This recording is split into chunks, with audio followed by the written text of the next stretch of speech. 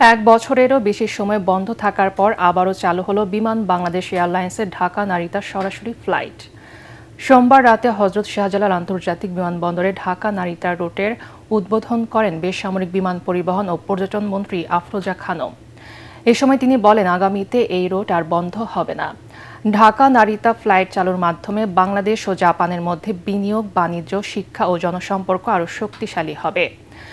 এ সময় বিমান প্রতিমন্ত্রী রশিদুজ্জামান মিল্লাত বলেন, জাপান প্রবাসী প্রায় ৩৫,০০০ বাংলাদেশি শিক্ষার্থী, শ্রমিক ও অভিবাসীদের সুবিধার্থে ফ্লাইটটি চালু করা হয়েছে।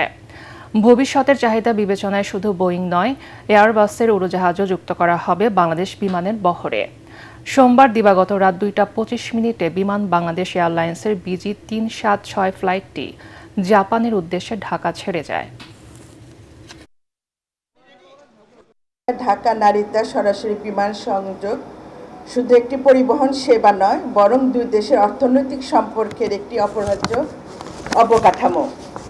মাননীয় প্রধানমন্ত্রী জনাব তারেক রহমানের নেতৃত্বে বর্তমান সরকার আন্তর্জাতিক বিমান যোগাযোগ সম্প্রসারণকে জাতীয় অর্থনীতির অন্যতম চালিকা শক্তি হিসেবে বিবেচনা করছে। আমরা আশা করছি অবশ্যই এই ফ্লাইটটি আমরা লাভ করতে পারবো এবং আমাদের লিজ ফ্লাইট যখন আসবে তখন সেখানে আমরা ফ্রিকোয়েন্সি বাড়িয়ে দিব।